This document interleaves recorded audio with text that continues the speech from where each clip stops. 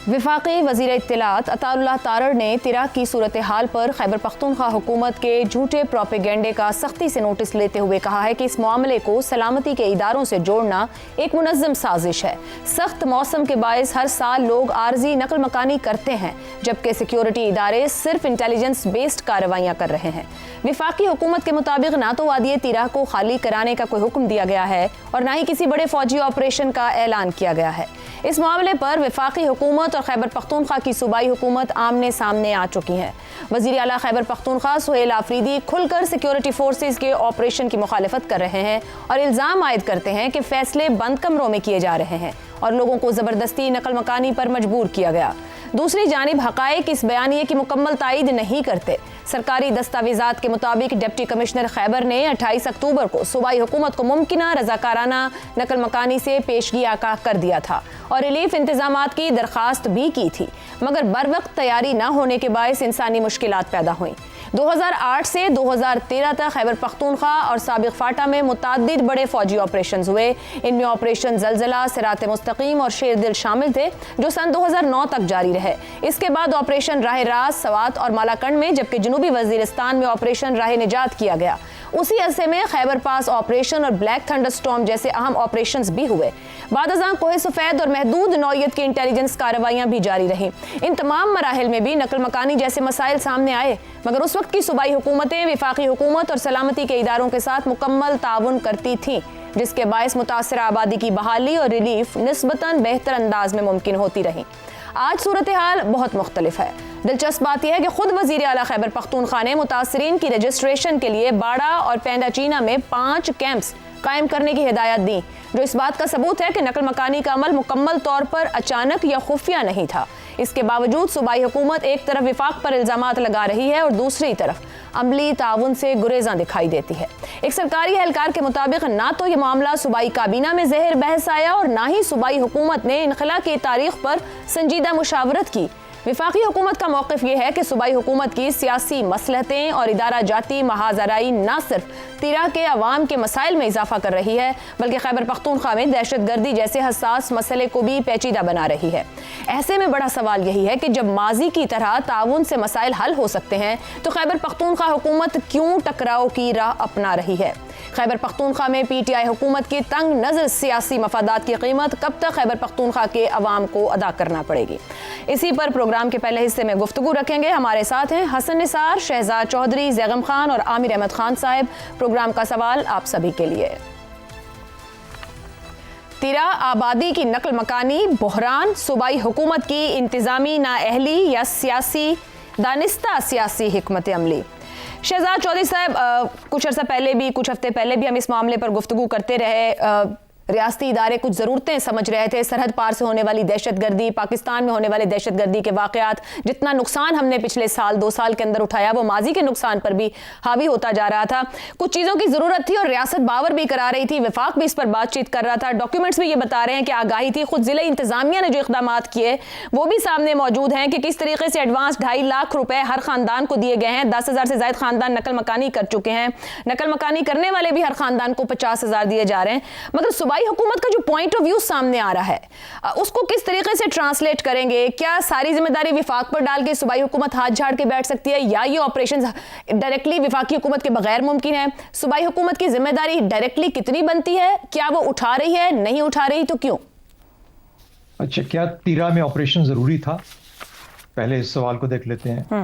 मेरे ख्याल में जरूरी था, क्योंकि ये अफगान सरहद के साथ मुत्तसिल है और 2013 से 2016 में जो ज़रबे अज़्ब लड़ी गई, वो यहाँ पर सबसे मुश्किल तरीन जंग जो थी, आखिरी मरहला जो था, वो यहाँ पर हुआ था तिरा के अंदर। यहाँ पर छुपने के लिए जंगलात हैं, वहाँ पे वादी है जिसके अंदर छुपा जा सकता है।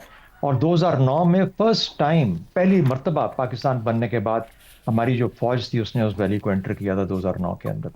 तो इतना मुश्किल मरहले भी हैं, इतना मुश्किल जगह भी है, और वहाँ पे आके इन तहरीक तालिबान वालों ने, तहरीक तालिबान पाकिस्तान वालों ने आके अपना निज़ाम कायम किया हुआ है। वहाँ पर सुना है फैक्ट्रियाँ भी हैं जो कि ड्रग्स भी क्रिएट करती हैं, वहाँ पर उनका आना जाना भी है, वो फैक्ट्रियों के साथ वहाँ पे कारोबार भी करते हैं। ये भी डिसाइड करते हैं कि वहाँ पे कौन सा कानून चलेगा, कौन स्कूल जाएगा, کون سے اسکول بند رہیں گے, جا بھی سکتے ہیں یا نہیں جا سکتے, وغیرہ وغیرہ. یعنی ایک پیرل نظام تیرا میں چل رہا ہے, اس کو صاف کرنا بہت لازم تھا. اس کا جواب بھی D G S P R نے خوب اپنے طور پہ بتایا کہ یہ لوگ کیوں ان کو رکھتے ہیں جو کہ اس قسم کے ایلیمنٹس آ کے افغانستان سے آ کے یہاں پر بیٹھ جاتے ہیں اور ان کی مدد, ہو سکتا ہے خوف کی خاطر ہو, کچھ ہو, لیکن ان کا وہاں سے نکل آنا اتنا ہی ضروری تھا جس طریقے سے 2009 کے اندر ہم نے 20 لاکھ سوات میں سے لوگوں کو وہاں سے نکالا اور ان کو مالاکنڈ اور یہاں پہ آ کے بسایا, تاکہ پاکستانی افواج سوات کو آزاد کروا سکیں اور پاکستان کا دوبارہ حصہ بنا سکیں. 2009 کے اندر ایسے حالات تھے جس کا آپ نے ذکر بھی کیا. تو جب اس قسم کی چیز ہو تو ایک آپریشن لازمی ہو جاتا ہے. پاکستان کی رٹ کے اندر, پاکستان کی سرحدوں میں صرف پاکستان کا قانون چل سکتا ہے, کسی اور کو باہر سے آ کے وہاں پر اپنا رٹ قائم کرنے کی اور اپنا قانون نافذ کرنے کی اجازت نہیں جاتی. پہلی بات تو یہ ہوگی یہ کرنا لازم ہے. دوسری بات کہ اگر لازم ہے تو کیا کولیٹرل ڈیمیج ایکسیپٹیبل ہے؟ نہیں ایکسیپٹیبل. تو اس لیے بدقسمتی ہے کہ ڈسپلیسمنٹ کرنی پڑتی ہے. یاد رکھیں 2009 کے اندر 20 لاکھ سوات کے لوگ ڈسپلیس ہوئے تھے. یہ تو صرف کوئی 12,000 خاندان ہے, یعنی کتنے ہوں گے, 1.25 لاکھ 1.5 لاکھ کے قریب ہوں گے, کتنے ہوں گے, اتنی ہی آبادی ہے تیرا کی. تو مجھے نہیں پتا سب کے سب وہاں سے نکل آئے یا سب کے سب وہاں سے نہیں نکلے. تو یہ تو ہو گئی, یہ تو حقائق ہیں جو کہ وہاں پہ ایگزسٹ کرتے ہیں. فائنل, کیا وفاق کا آپریشن تھا یا یہ صوبے کا آپریشن تھا؟ وفاق کا آپریشن تھا. اگر وفاق کا آپریشن تھا تو جو ڈسپلیسمنٹ ہے, لوگوں کو وہاں سے نکال کے بسانا کی جگہ پہ, اتنی ہی ذمہ داری وفاق پہ بھی آتی ہے, اتنی ہی صوبے پہ بھی آتی ہے. اگر وفاق صوبے کے ساتھ مل کے چلتا, شاید صوبے کو ذمہ داریاں دیتا کہ یہاں پہ تم لوگ کیمپس کریٹ کرو. اور یاد رکھیں جو 2009 والا آپریشن تھا, وہاں پہ 2-2 سال لوگ مالاکنڈ کے اندر بستے رہے ان ریفیوجی کیمپس کے اندر. تو یہ کرنا پڑتا ہے بدقسمتی سے. ہمارا علاقہ اس قسم کا ہے, ہمارے مسائل اس قسم کے ہیں کہ یہ باوجود اس کے کہ مشکل ترین حالات ہیں, لیکن اس کے اندر یہ کرنا پڑے گا, اور یہ ہو رہا ہے اور ہو چکا ہے. پھر آپ نے ذکر کیا کہ اکتوبر میں ڈپٹی کمشنر کہتا ہے صوبائی حکومت کو, تو اس کو کس طریقے سے پتا چل گیا کہ یہاں پر جو نقل مکانی ہوگی اس کی ضرورت پڑے گی؟ ظاہر ہے کہیں نہ کہیں سے تو پلان بن رہا تھا, کہیں نہ کہیں سے تو کچھ ہو رہا تھا. تو وفاق اور صوبہ دونوں کو مل کے اس کی ذمہ داری لینی پڑے گی کہ کس کی ہے. باقی نیت کس کی کیا ہے خدا جانتا ہے. یعنی نیت سے مراد یہ ہے کہ اس وقت تو صوبہ اس وقت اسپاٹ لائٹ میں ہے.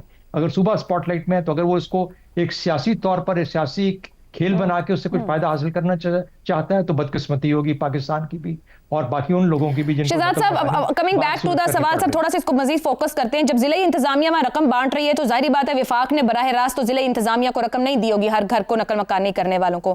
اب سوال یہ بنتا ہے کہ اگر وہاں پر ضلعی انتظامیہ تک چیزیں پتہ ہیں, ڈپٹی کمشنرز تک چیزیں پتہ ہیں, تو صوبہ درمیان میں ہے. یہ جو کچھ بن رہا ہے یعنی کہ ایک پولیٹیکل بلیم گیم شروع ہے, سیاسی بیانات ہیں, جذباتیت بھرے, سطحیت بھرے بیانات. کیا پولیٹیکل گورنمنٹ جو کہ وہاں موجود ہے وہ اہل نہیں ہے کہ اس معاملے کو ہینڈل کر پاتی؟ سیاست ایک جانب, لیکن یہ سیاست کا معاملہ نہیں ہے, یہ ریاست کا معاملہ ہے. یا پھر دانستہ اس پورے معاملے کو پولیٹیکل ایڈوانٹیج کے لیے یوز کرنے کی کوشش کی جا رہی ہے؟ ایک سیاست ہے جو کہ پشاور میں ایگزسٹ کرتی ہے صوبے کے اندر, اور ایک سیاست ہے جو اسلام آباد میں ایگزسٹ کرتی ہے وفاق کے اندر. یہ سیاست ریاست کو خراب کر رہی ہے, ورنہ اتنا مشکل کام نہیں تھا. ہم سے بڑی بڑی جنگیں لڑ چکے ہیں اور بڑے بڑے زیادہ لوگوں کو ان کو ڈسپلیس کر کے ان کو اپنی جگہ پہ رکھ چکے ہیں اور اس کے بعد ایریاز کو صاف کروا چکے ہیں. تو میرا خیال ہے جہاں سیاست دونوں طرف سے کھیلی جائے گی, نہیں عطاءاللہ تارڑ بھی کوئی اتنا دو دھلا نہیں ہے, مطلب وہ بھی تو سیاست کر رہے ہیں اس چیز کے اوپر کہ یعنی آپ ایک صوبے کو افواج پاکستان کے سامنے لا کے کھڑا کرنا چاہتے ہیں اپنے بیانات کے حساب سے. اتنی ہی ذمہ داری وفاق کی ہے. وفاق کو تو پتا تھا یہ تو وفاق کا آپریشن ہے نا, وفاق کا آپریشن, اس کا تمام بندوبست وفاق کو کرنا, وفاق کی حکومت کو کرنا چاہیے تھا نا. یہ کیوں سوئے ہوئے تھے؟ یہ کیوں نہیں بات کر سکے صوبے کے ساتھ جا کے بیٹھ کے؟ اور اگر صوبہ پھر بھی نہیں یہ کرتا تو پھر ہم آج کلیئرلی کہتے ہیں کہ بد انتظامی تو ہے ہی ہے, لیکن بدنیتی بھی شامل ہے. تو میں آج کے دن میں, آج کے دور کے اندر تو بد انتظامی کہہ سکتا ہوں, لیکن اس کے اندر اصل میں کس کا کھیل ہے یہ طے کرنا بہت مشکل. درست ہو گیا. زیغم صاحب, وزیر اطلاعات کہتے ہیں کہ تیرا سے رضا کرانا نقل مکانی ہے, معاملے کو ادارے سے جوڑنا سازش ہے. کیا خیبر پختونخوا حکومت اپنی نااہلی کے باعث ہزاروں لوگوں کو مشکلات میں لے جا کر اسے اپنے سیاسی بیانیے کے لیے استعمال کر رہی ہے, یا پھر وفاق نے مناسب وقت پر ان کو آگاہ نہیں کیا اور یہ اگر آپریشن ضروری تھا تو صوبائی حکومت اس میں سے سائیڈ پر نکل رہی ہے یا نکال لی گئی ہے وفاق کی جانب سے؟